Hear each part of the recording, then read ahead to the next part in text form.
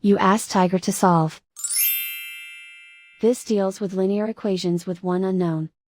The final result is y equals 2. Let's solve it step by step. Group all y terms on the left side of the equation. Subtract 17y from both sides. Group like terms. Simplify the arithmetic. Group like terms. Simplify the arithmetic.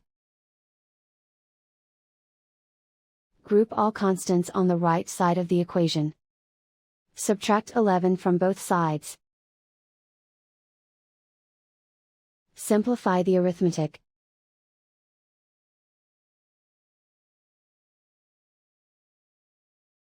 Isolate the y. Divide both sides by -20. Cancel out the negatives. Simplify the fraction.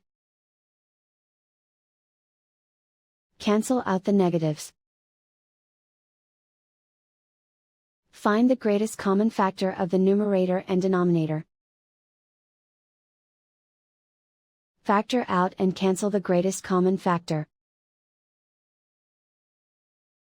And so the final result is y equals 2.